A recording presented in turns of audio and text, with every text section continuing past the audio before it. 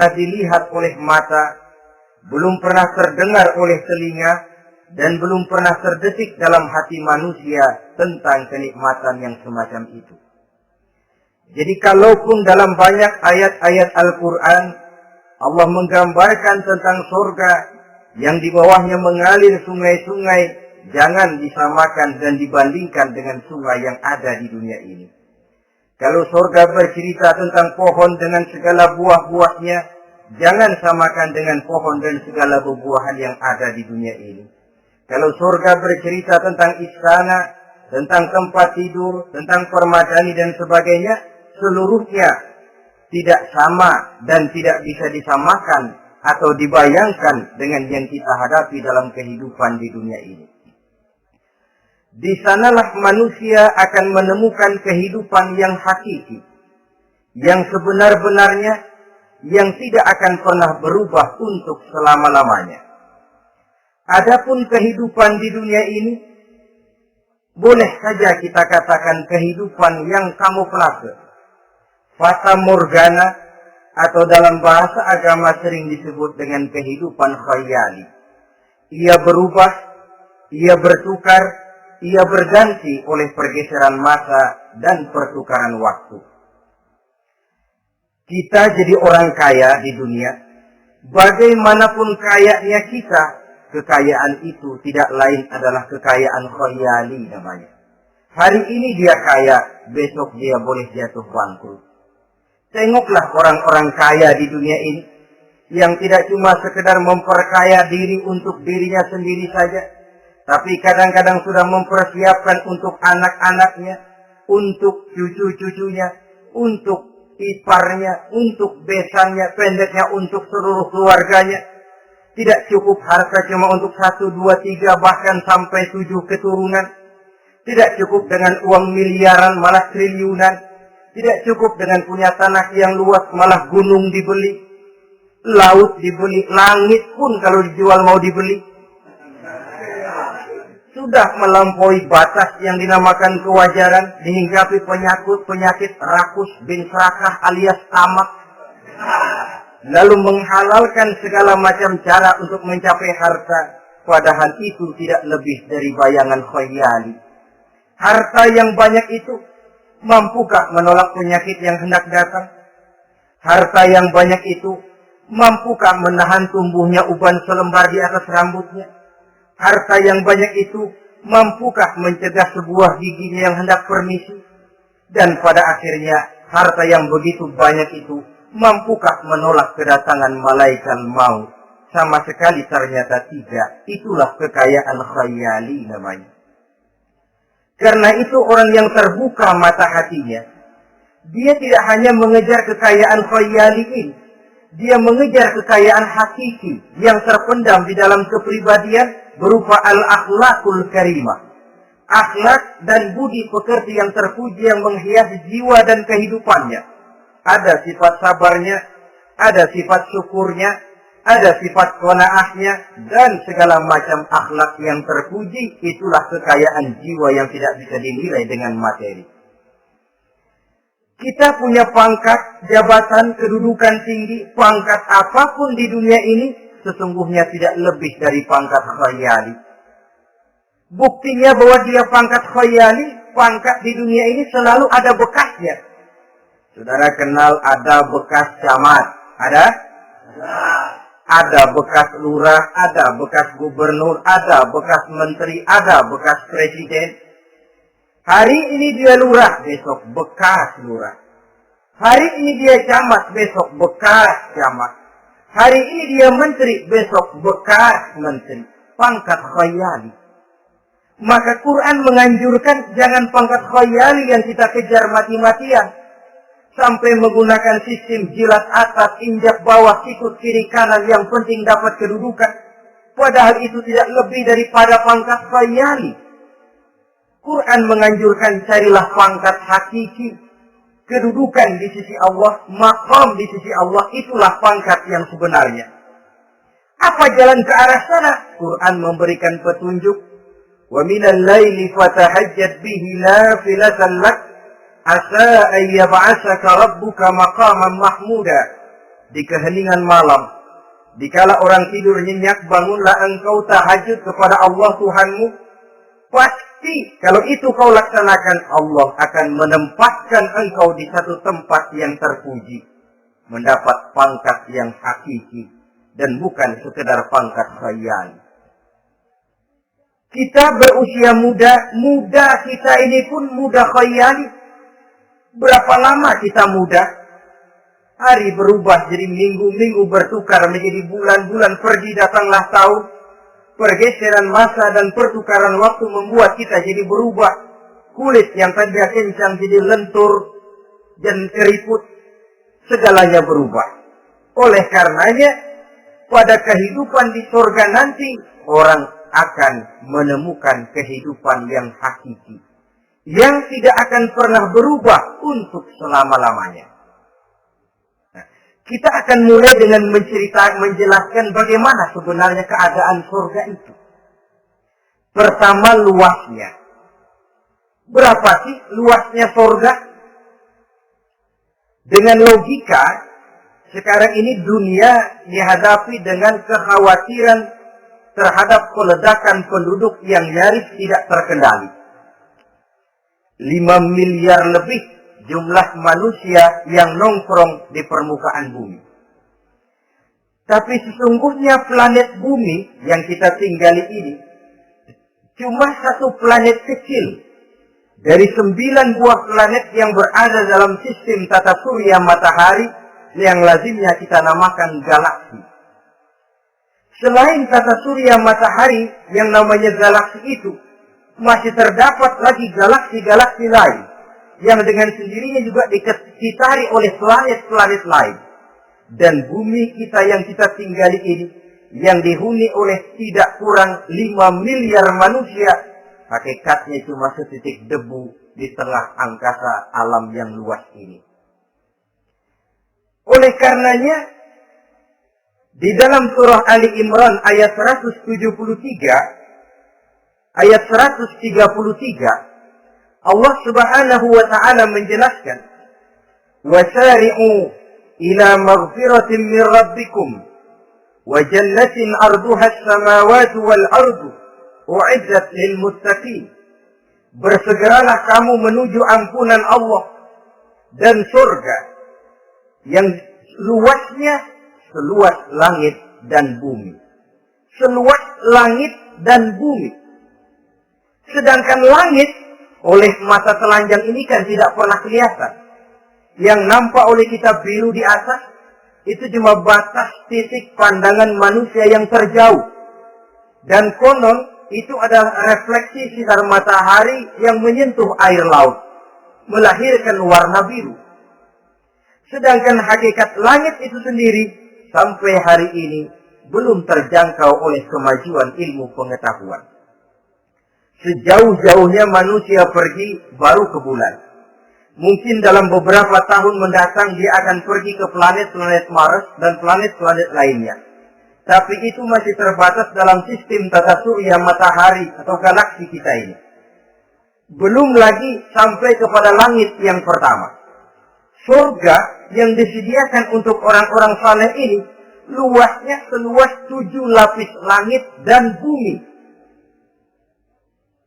Jadi saudara tidak usah berpikir khawatir di surga nanti kehabisan kapling.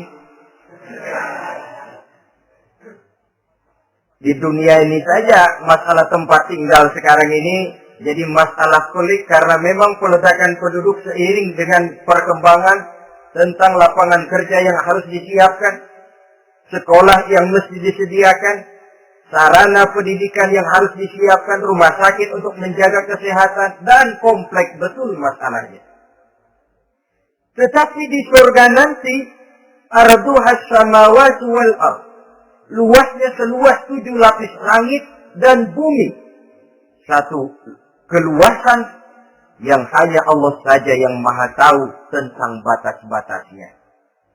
Itu tentang luasnya surga. Lalu bagaimana keadaan di surga? Apakah ada bangunan-bangunan, taman-taman, kebun-kebun? Tentu ada. Di surga ada kebun, yang tanamannya berupa tumbuh-tumbuhan dan menghasilkan buah-buahan, yang buah-buahannya pun boleh dimakan oleh manusia, karena tidak akan pernah ada larangan lagi dalam kehidupan di sana. Dalam surah Ar-Rahman ayat 54 misalnya, kita dapati penjelasan dari Allah Subhanahu wa Ta'ala, "Wajanal jannataini dan." Begitu juga dalam surah Waqi'ah ayat 32 dan 33, Allah menjelaskan, "Wa fakihatin katsiratin la maqtu'atin wa la mamnu'ah." Dan di dalam surga itu terdapat buah-buahan yang sangat banyak sekali, yang tidak pernah putus-putusnya, wala mamnu'ah, dan tidak dilarang untuk mengambilnya. Yang dimaksud la maqtu'ah, tidak terputus, artinya buah-buahan di surga itu begitu kita petik, keluar lagi gantinya. Dipetik lagi, keluar lagi gantinya. La maqtu'ah, tidak pernah putus. Lainkan pohon di dunia ini. Ini hari kita petik, keluar lagi kapan? Musim tahun depan. Nungguin kita. La maqtu'ah, tidak pernah terputus buah-buahan itu. Wala mamnu'ah, dan tidak terlarang untuk memetiknya. Adakah pohon pisang? Pohon pisang ada. Anggur banyak. Delima pun ada. Tetapi sekali lagi, bagaimanapun hakikat buah di surga cuma sama dalam nama, tapi lain dalam wujudnya. Nanti saudara pikir, di surga pisang. Di sini juga banyak kalau cuma pisang mah. Di surga anggur. Di pasar banyak anggur. Ini cuma nama yang sama. Hakikatnya tentu berbeda. Sebab kalau hakikatnya juga sama, ya nggak usah sampai ke akhirat, di sini pun cukup. Adanya nama-nama ini cuma untuk memberikan gambaran tentang buah-buah yang ranum, yang nikmat, yang lezat, dan yang digemari oleh manusia. Dan jangan heran, kalau di dunia ini biasanya pohon itu akarnya di bawah, buahnya yang di atas, maka di surga nanti terbalik pohon itu. Akarnya yang di atas, buahnya yang ke bawah. Sehingga orang nggak perlu tangga, dan ngambil buah tinggal metik saja, nggak perlu naik, nggak perlu manjat, nggak perlu bersusah payah. Saudara-saudara kaum muslimin, rahimakumullah. Kemudian bangunannya bagaimana? Surga itu pun bertingkat. Di dalam Al-Furqan ayat 10, Allah Subhanahu wa Ta'ala menjelaskan, Tabarakalladzi in syaa ja'ala laka khairan min dzalik jannatun tajri min tahtiha al-anhar wa yaj'al laka qusura. Maha suci Allah yang apabila ia menghendaki dijadikannya untuk kamu yang lebih baik daripada kehidupan dunia ini, yaitu surga yang di bawahnya mengalir sungai-sungai, dan dibangunkannya untuk kamu istana-istana di dalam surga. Jadi bangunan di surga pun berbeda sesuai dengan amalan orang yang masuk ke dalamnya.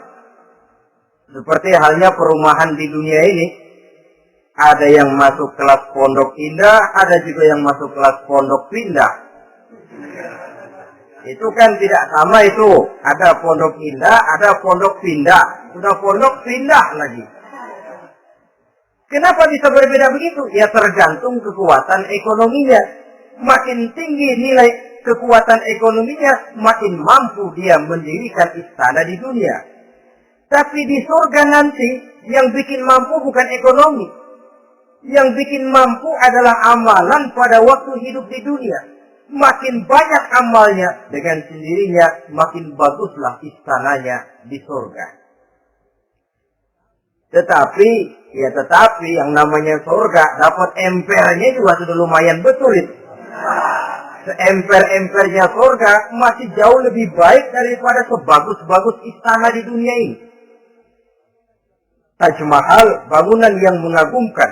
Istana Raja Persia, bangunan yang menggiurkan. Sehebat-hebatnya istana dunia, masih jauh lebih mending empernya surga.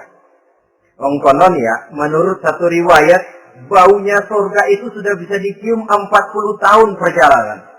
Menurut riwayat lain 500 tahun perjalanan. Menurut riwayat satu lagi 70 tahun perjalanan. Baunya surga sudah dapat dicium oleh manusia.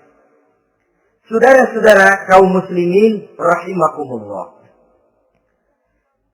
Nah, di dalam bangunan-bangunan surga itu, seperti halnya terdapatlah kamar-kamar ghuraf dalam istilah Quran itu, yang juga berisi divan, ranjang, tempat-tempat tidur yang indah-indah, dilengkapi dengan kasur-kasur yang tebal dan empuk, bantal dan permadani, yang daripadanya bertahtakan emas.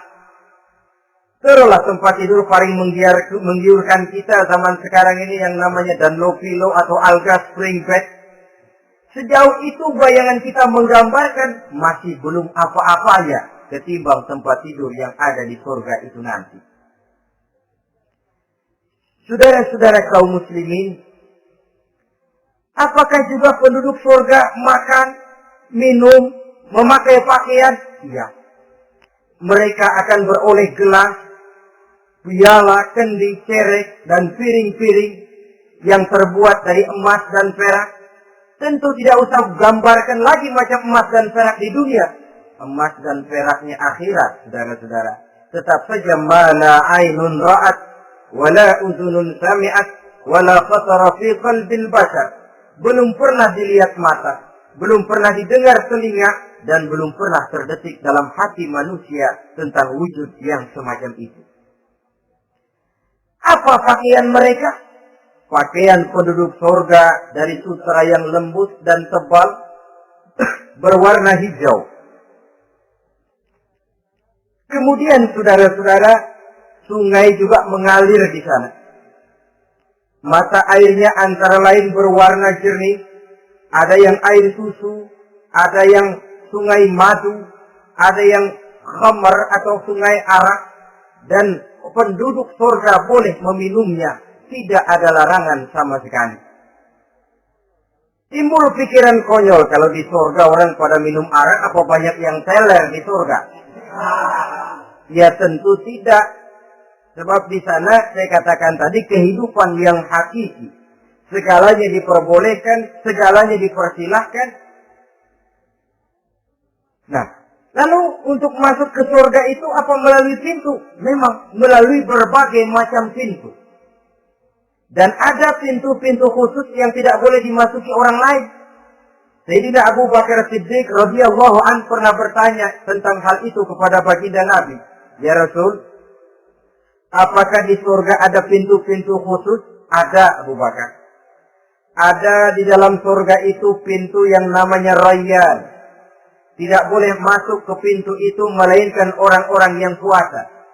Orang-orang yang rajin puasa, mereka akan masuk ke surga melalui satu pintu yang dinamakan Babur Rayyan atau pintu Rayyan. Ada pintu jihad, yang masuk lewat itu hanya mereka orang-orang yang waktu di dunia sepanjang hidupnya berisi jihad, menegakkan dan meninggikan kalimat Allah.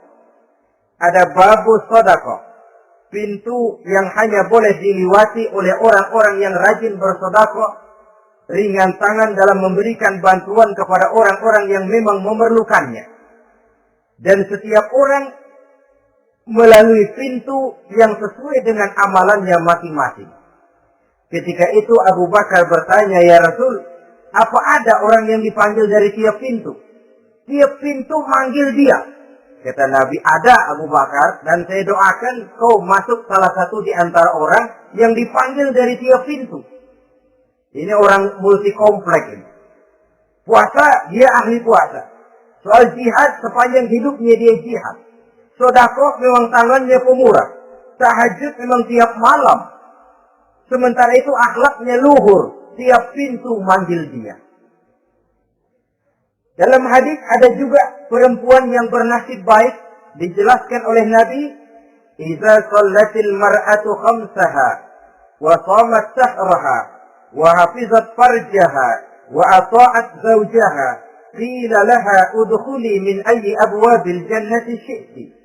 Apabila seorang perempuan dia kerjakan salat yang 5 waktu, dia puasa di bulan Ramadan, dia jaga kehormatan dirinya, kemudian dia taat kepada suaminya, di akhirat nanti dikatakan kepada perempuan tadi, wahai perempuan, udkhuli min ayyi abwabil jannati syi'ti. Masuklah kamu ke dalam surga dari pintu mana saja yang kamu mau. Disuruh pilih, saudara-saudara. Nah, kalau kita waktu di dunia ini tidak ada keistimewaan amal, bingung mau masuk pintu mana. Ramadan puasanya kayak gendang. Depan doang sama belakang, penutupan sama pembukaan, peserta kehormatan. Tengah-tengahnya kosong. Nanti mau masuk pintu royal, ditanya, ini pintunya orang yang puasa. Kamu puasa Ramadan? Puasa juga sih. Puasa juga sih bagaimana? Iya, pembukaan mau penutupan. Tengahnya kosong, nggak bisa lewat pintu sini, cari pintu lain saja. Mau masuk kita lewat pintu jihad, ditanya lagi, kamu lewat sini apa merasa pernah berjuang membela agama waktu di dunia? Mau lewat pintu sholat, apa kau termasuk orang yang konsekuen menjaga sholat? Bersyukurlah kita kalau tiap pintu memanggil. Kalau tidak, adalah salah satu amal kita yang menunjukkan keistimewaan kita. Karena itu beramal nggak perlu banyak, yang penting rutinnya, istiqomahnya. Ahabbul a'mali indallah adwamuha wa in qalla. Amalan yang paling dicintai Allah yang dikerjakan secara tuntas walaupun tidak banyak. Saudara baca ayat Quran nggak banyak, satu malam cuma 3 ayat, tapi rutin tiap malam 3 ayat, tiap malam 3 ayat. Itu lebih dicintai Allah daripada sekali ngaji 1 juz, terus 3 bulan nggak ngaji-ngaji. Lebih baik yang sedikit-sedikit ini tapi rutin, dia akan menjelma menjadi amalan yang banyak daripada sekalinya banyak lalu ke belakangnya malah tidak ada sama sekali. Hendaknya ada amalan-amalan kita yang menunjukkan keistimewaan dan kelak akan menjadi pintu yang kita tempuh di surga nanti.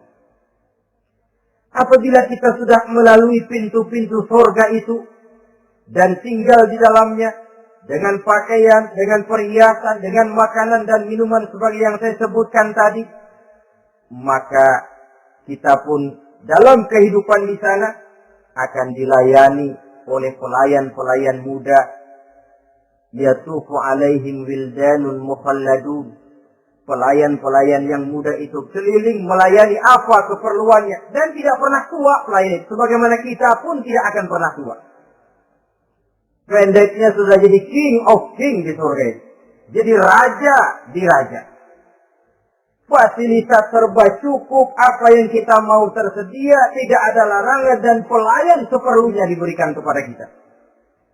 Nah, bagaimana keadaan penduduk surga? Dari Imam Turmuzi dijelaskan satu hadis, berkata Hasan al-Basri, ahlul jannati kulluhum abna'u 33 sana. Mereka rata-rata orang-orang muda penduduk surga itu. Umurnya tidak lebih 33. Ya, muda-mudanya, cakep-cakepnya, ganteng-gantengnya. Pantas kalau satu hari ada perempuan tua menghadap Rasul. Ya Rasul, saya ahli ibadah. Saya beriman kepada Allah. Saya cinta kepada Islam. Apakah saya akan masuk surga ya Rasul? Nabi senyum. Enggak bu, nenek-nenek enggak masuk surga. Itu perempuan nangis sejadi-jadinya. Ya Rasul, kalau gitu sia-sia tahajud saya, sia-sia puasa saya, sia-sia segala macam ibadah saya. Nenek-nenek enggak masuk surga ya Rasul, sayang benar segalanya. Rasul kemudian menghampiri perempuan tadi. Bu, kalau yang ibu bilang itu benar, ibu masuk surga. Cuman di sana ibu balik muda lagi. Kulit nggak kempot kayak begitu, rambut nggak putih macam begitu. Ibu nanti di surga bakal jadi muda lagi. Salasa wa salasin, umur 33 tahun. Rata-rata seluruh penduduk surga umurnya begitu. Tidak ada yang tua, tidak ada yang anak-anak, tidak ada yang remaja, rata-rata begitu. Nah, lalu bagaimana? Di surga hati mereka menjadi satu. di antara sesama penduduk surga. Tidak ada yang iri hati, tidak ada yang punya sifat dendam.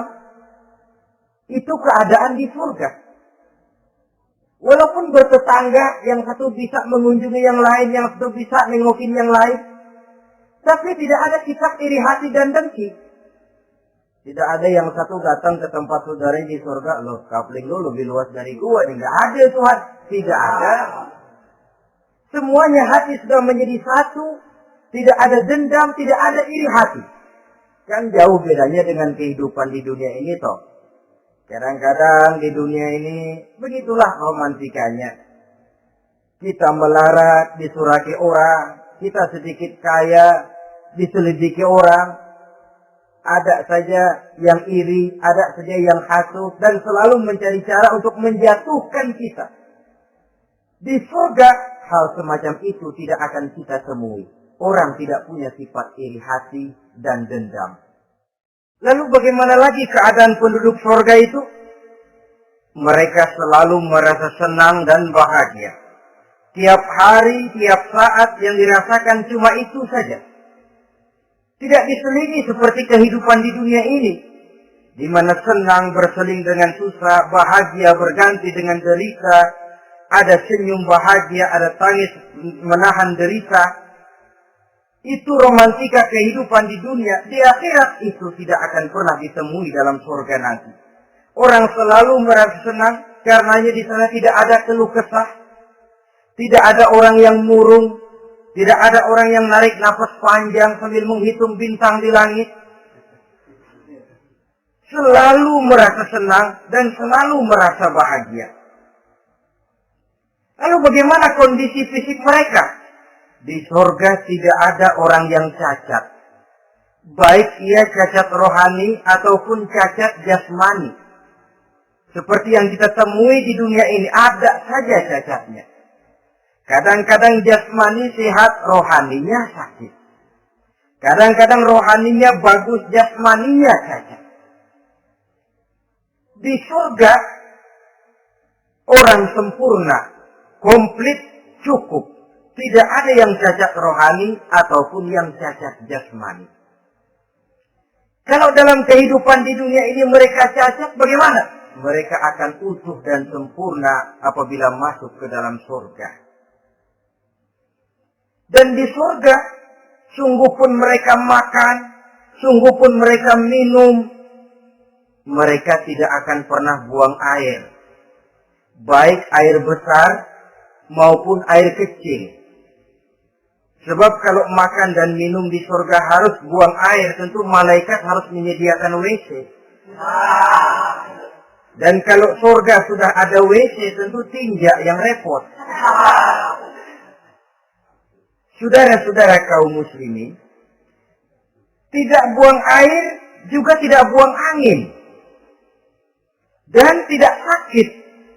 Tidak terkena penyakit. Penyakit apapun namanya. Sudah di surga itu daerah bebas penyakit. Jadi barangkali kalau keluar ke halaman surga nggak pakai baju, masuk angin. Tidak. Kalau di sana repot nyari duit kerokan. Segalanya sempurna, segalanya cukup. Lalu bagaimana kalau tiap saat mereka makan, tiap saat mereka minum, tapi tidak buang air? Konon keringat yang keluar dari mereka, tubuh mereka. Dan keringat yang keluar itu mengandung bau kasturi yang amat sangat harum baunya. Saudara-saudara, kemudian penduduk surga itu oleh Allah diberikan teman hidup yang namanya bidadari. Makhluk Allah yang teramat sangat cantiknya, yang tidak bisa kita bayangkan macam apa cantiknya. Barangkali kalau kita menonton film, kita kagum dengan bintang-bintang film kenamaan yang cantiknya selangit. Itu mah belum ada seujung kukunya dari para bidadari. Mereka dalam Quran disebut azwajun mutahharah, istri yang disucikan. Apa pengertian suci di sini? Belum pernah tersentuh sebelumnya baik oleh manusia, baik oleh jin, baik oleh malaikat sekalipun. Jadi memang orisinil, build up dari semuanya belum kepake. Khusus untuk manusia yang masuk surga. Belum pernah kepegang sama manusia. Jangankan manusia, jin dan malaikat saja belum pernah megang. Lahirkan di dunia sekarang ini, kita mau cari barang orisinil sudah repot. Ya mujurlah kalau saudara menemukan seorang gadis yang orisinil paten, masih build up. Barangkali mujur, tapi umumnya terutama di kota-kota besar, ya sudah kita dapat second hand juga masih lumayan. Kalau tidak rongsok-rongsok bener mah. Ini kadang-kadang sudahlah second hand, kondisinya juga 30%. Udah mesti nyervis melulu kita. Saudara-saudara, azwajun mutahharah belum pernah tersentuh oleh siapapun. Lalu makna tahara ini, mereka selalu suci. Tidak pernah baik menstruasi atau mencret. Tidak pernah. Nah, kalau perempuan kita, istri-istri kita di dunia ini kan, 1 minggu dalam sebulan terkena dapat fasilitas dia. Untuk tidak sholat, untuk tidak ibadah, masa haid itu. Perempuan di surga yang namanya bidadari tidak akan pernah mengalami haid. Lalu apalagi keistimewaannya? Selalu perawan. Tidak pernah janda. Walaupun tiap hari dipakai, habis dipakai perawan lagi. Saudara-saudara yang saya hormati, itu diperuntukkan untuk penduduk-penduduk surga. Nah itu laki-laki itu. Iya, kalau perempuan bagaimana? Satu riwayat menjelaskan mereka akan menjadi ratu di surga. Dengan segala kenikmatan yang juga tidak pernah mereka bayangkan sebelumnya. Riwayat lain menjelaskan bahwa mereka juga akan berkumpul dengan suami, istri, dan anak-anaknya. Jikalau mereka memang orang-orang soleh. Ada juga riwayat lemah menjelaskan bahwa mereka akan mendapat bidadara istilahnya. Saudara-saudara kaum muslimin, rahimakumullah. Pendeknya, surga dan seluruh kenikmatan yang ada di dalamnya tidak pernah mata melihat, belum pernah telinga mendengar, belum pernah terdetik dalam hati manusia. Oh di surga begini kali ya. Berbeda dengan itu. Oh bidadari begini kali ya. Kalau masih begini kali ya, masih bisa dibayangin. Ini sudah nggak bisa dibayangin.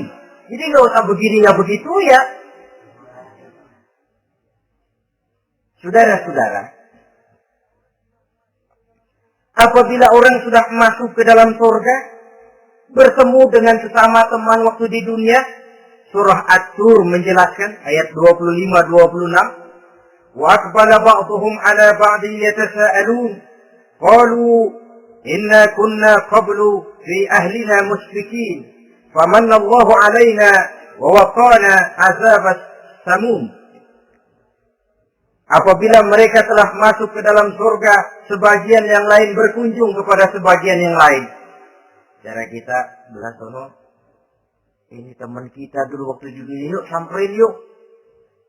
Ba'duhum ala ba'di yatasaalun, saling tanya menanya. Kalau istilah kita, sampai juga kemari? Iya. Saya waktu di dunia dulu sebenarnya sudah khawatir takut mendapat azabnya Allah, tapi Allah memberikan karunia kepada saya diselamatkan dari azab, dari mara bahaya neraka, sampailah saya ke dalam surga ini. Alhamdulillah. Bagaimana kabarnya ente? Alhamdulillah saya juga sampai ke surga ini. Si fulan bagaimana? Nyangkut kali dia mati neraka. Yatasaalun, saling tanya menanya hal ihwal dan keadaan mereka. Tapi satu hal yang jelas saudara-saudara, di surga nanti itu tidak ada perkataan yang sia-sia, tidak ada ucapan kotor, tidak ada omongan keji, dan tidak ada omongan kosong. Tidak ada omongan yang sia-sia, ucapan-ucapan yang kotor, mencaci maki, itu tidak ada. Karena sifat marah pun tidak ada dalam surga. Kalau di sini kadang-kadang sedikit marah sudah semrawut, kata-kata kita sudah out of control. Di sana tidak ada kata-kata kosong yang tidak ada manfaat dan tidak ada gunanya. Saudara-saudara kaum muslimin, rahimakumullah. Kemudian yang terakhir, kita akan membicarakan apa saja nama-nama surga itu dan siapa calon orang-orang yang masuk ke dalamnya. Pertama, yang dinamakan Jannatul Firdaus atau surga Firdaus. Surga Firdaus ini oleh Allah Subhanahu wa taala disediakan untuk orang yang dijelaskan dalam surah Al-Mu'minun ayat 1 sampai dengan 11. Qad aflahal mu'minun. Beruntunglah orang-orang yang beriman. Jadi kalau saudara ingin dapat kapling di tempat yang namanya Firdaus, itu boleh pesan mulai sekarang. Nafas masih ada, Allah masih memberikan kesempatan untuk hidup, pesan tempat dari sekarang. Apa harga karcisnya? Pertama, qad aflahal mu'minun. Harus beriman. Ini syarat mutlak. Tidak beriman, nggak usah minta karcis. Minggir. Ini karcis pertama harus untuk orang yang beriman. Setelah itu yang kedua apa? Allazina hum fi salatihim khashi'un. Mereka yang khusyuk di dalam sholatnya. Jadi untuk mendapat tiket ke surga Firdaus itu, setelah beriman, khusyuk di dalam sholat. Artinya khusyuk, tarkul ghair li ajril amal. Meninggalkan yang lain dan hanya memfokuskan diri kepada satu pekerjaan yang sedang dihadapi. Kalau kita makan sambil ngobrol, itu namanya makannya nggak khusyuk. Sebab ada sambil ngobrolnya. Nah, sholat yang khusyuk, sholat yang di dalamnya tidak berisi yang lain kecuali sholat itu. Meninggalkan yang lain dan hanya memfokuskan diri saja untuk melaksanakan suatu amalan. Dan sholat khusyuk itu berat. Kadang-kadang waktu mau sholat kita nggak ingat apa-apa. Begitu sudah masuk takbir yang kita lupa malah kita ingat. Itu kurang ajarnya iblis. Mau sholat dari dompet nggak ketemu, begitu takbir. Aduh, dompet di atas meja. Ini kalau sembahyang lama-lama digerakaki orang nanti nih. Mulai kocar kacir sholat kita. Makanya kata Imam Nawawi, sudah dinamakan khusyuk untuk tingkatan orang awam. Kalau pada waktu takbir dia ingat Allah. Begitu aja dulu dah tingkatan orang awam itu. Sebab yang namanya khusyuk itu hudurul qalbi wa sukunul jawarih. Hatinya ikut sholat, anggota badannya tenang tentram di waktu sholat. Khusyuk. Kalau waktu sholat garuk sono, garuk sini, kaki ketekas, ketekus. Sudah, anggota badannya nggak khusyuk. Atau anggota badannya tenang tentram, nggak gerak-gerak, cuma hatinya ngayap kemana-mana. Badannya di musola, hatinya di pasar. Itu juga nggak khusyuk. Dan itu berat. Karena itu, ini syarat kedua untuk mendapat tiket ke Firdaus. Imam Ali saja pernah dites oleh Rasul. Ya Ali, saya ya Rasul. Kalau kau bisa sembahyang khusyuk, aku boleh kasih kau sorban. Kamu boleh pilih yang hijau atau yang putih nanti. Baik ya Rasul, sembahyang beliau 2 rakaat. Terus saya salam ditanya, yang mana sorbannya Li? Kata Imam Ali, yang hijau ya Rasul. Belum nengok, udah yang hijau ya Rasul. Kata Nabi, kalau begitu ente nggak khusyuk Li. Kenapa? Mungkin tadi waktu sujud mikirin, ntar kalau gue ditawarin milih yang hijau aja dah. Belum nengok sudah menjawab. Saudara-saudara, yang ketiga, wallazina hum 'anil lagwi mu'ridun. Orang-orang yang menghindarkan diri dari ucapan dan perbuatan yang sia-sia, yang tidak ada gunanya. Ini tiket yang syarat yang ketiga untuk mendapat tiket ke Firdaus itu. Menghindarkan diri baik dari ucapan ataupun perbuatan yang sia-sia, yang tidak ada nilainya, baik dalam pandangan manusia, lebih-lebih lagi dalam pandangan Allah. Yang keempat, wallazina hum lizzakati fa'ilun. Mereka yang aktif membayar zakat. Kemudian yang kelima, wallazina hum li furujihim hafizun illa ala azwajihim aw ma malakat aymanuhum fa innahum ghairu malumin. Orang-orang yang memelihara kehormatan dirinya kecuali kepada istrinya atau kepada budak sahayanya. Pandai mengendalikan nafsu, tidak terperosok memperturutkan syahwatnya. Yang keenam, wallazina hum li amanatihim wa ahdihim ra'un. Orang yang pandai menjaga amanah dan pandai menepati janji. Saudara-saudara, kalau janji ditepati, sebab janji adalah hutang. Yang ketujuh, wallazina hum ala sholawatihim yuhafizun. Mereka juga selalu memelihara, tidak cuma sekedar khusyuk, tapi memelihara sholat dengan baik. Ayat ke-11 dari Al-Mu'minun ini ditutup oleh Allah dengan jelas, ulaika humul warithun allazina yarithuna al-firdausa hum fiha khalidun.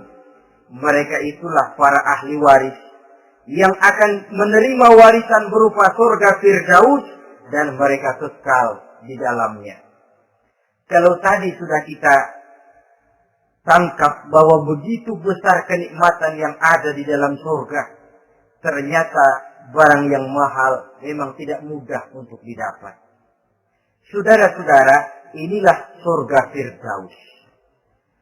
Adapun yang kedua, nama surga itu disebut dalam Quran Jannatu Adnin. Surga Aden. Untuk siapa mereka? Dalam surah Ar-Ra'd ayat 22 dan 23 Allah menjelaskan, wallazina sabaru ibtigha'a wajhi rabbihim wa aqamus shalah wa anfaqu mimma razaqnahum sirran wa 'alaniyah wa yadra'una bil hasanati sayyi'ata ulaika lahum 'uqbad dar jannatu adnin yadkhulunaha. Dan orang-orang yang sabar, wallazina sabaru, orang-orang yang sabar. Sabar dalam apa?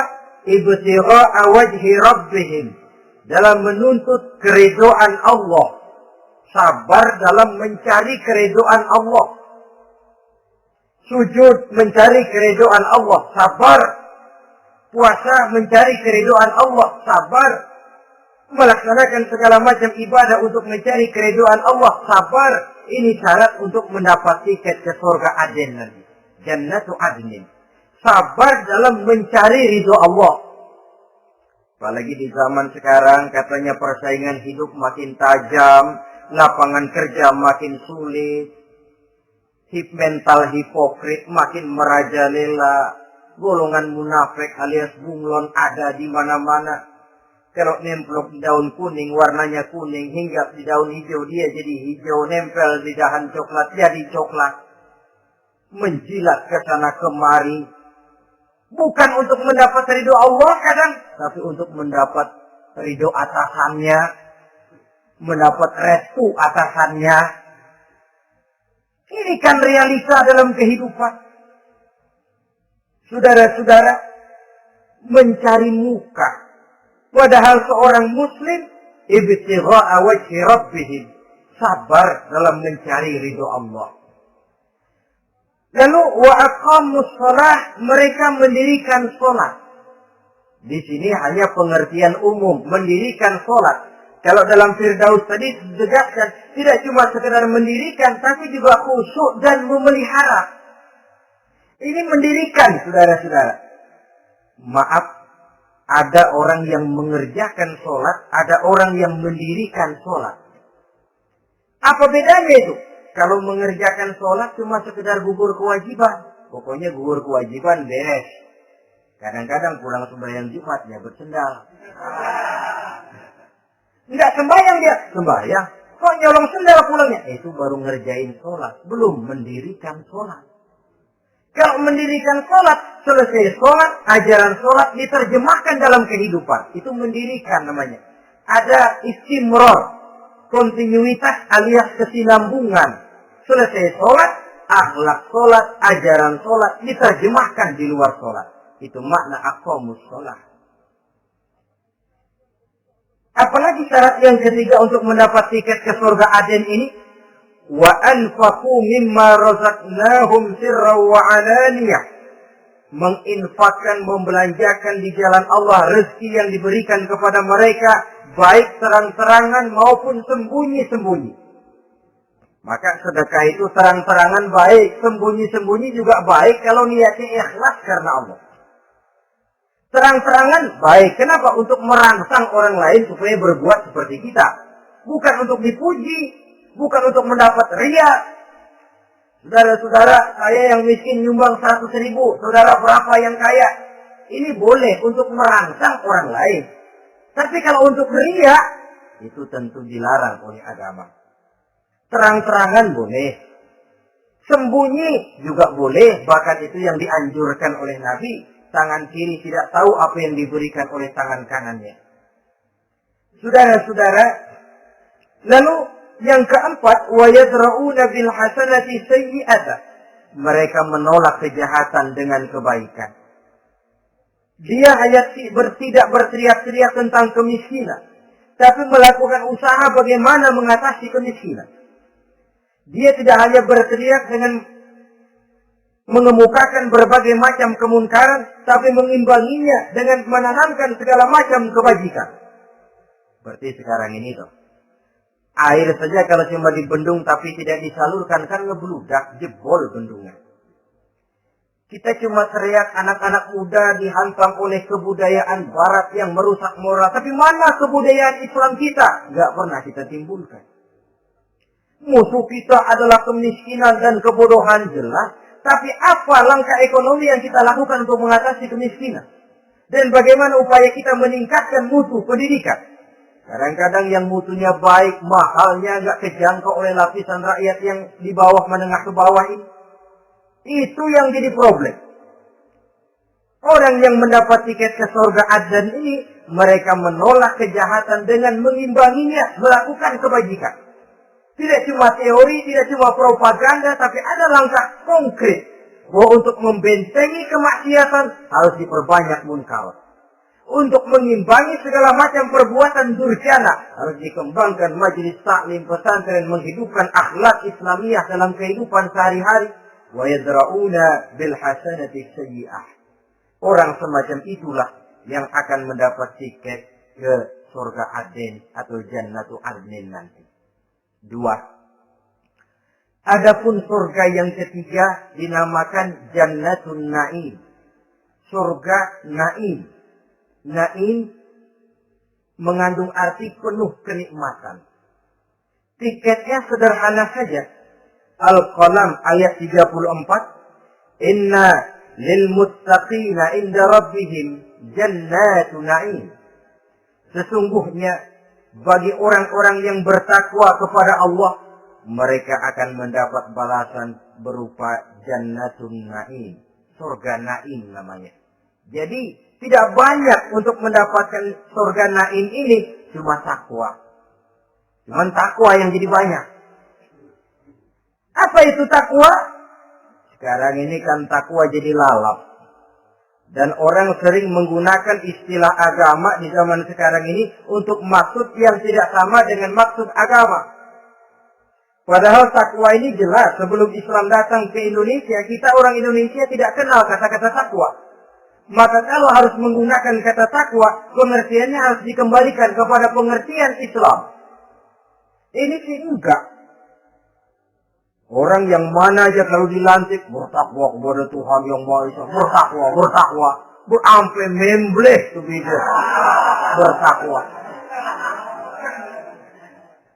Tapi kalau sudah memegang jabatan, kadang-kadang takwa ngalor dia ngidul. Tidak relevan lagi. Lalu apa sih yang namanya takwa itu? Sederhana saja. Imtisalul awamir wajtinabun nawahi. Itulah takwa. Melaksanakan segala yang diperintah, menjauhi yang dilarang. Itu takwa. Menjalankan perintah dengan meninggalkan larangan, apa bedanya? Kalau melaksanakan perintah boleh sesuai dengan kemampuan. Tapi menjauhi larangan mutlak. Laksanakan perintah Allah sesuai dengan kemampuanmu. Tapi tinggalkan larangan Allah mutlak. Mampu tidak mampu, tinggalkan. Enak kalau ada perintah, jauhi larangan Allah semampu kamu. Ya enak, tinggal kita milih. Ya, saya belum mampu ninggal teler itu. Lezat itu, belum mampu. Yang boleh semampu kita melaksanakan perintah. Sholat semampu kita. Asal jangan mampu lalu pura-pura tidak mampu. Puasa semampu kita. Jihad semampu kita. Tapi kalau sudah meninggalkan larangan mutlak, mampu tidak mampu, harus ditinggalkan. Jadi kelihatannya sederhana takwa ini, tapi masalahnya rumit. Melaksanakan yang diperintah, menjauhi yang dilarang. Dan itu tiket untuk mendapatkan surga naim atau jannatul naim. Yang keempat, saudara-saudara, di antara nama surga itu ada yang disebut surga ma'wa atau jannatul ma'wa.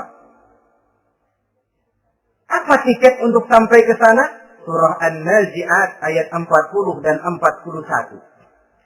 Wa amma man khafa maqama rabbih wa naha an-nafsa 'anil hawa fa innal jannata hiyal ma'wa.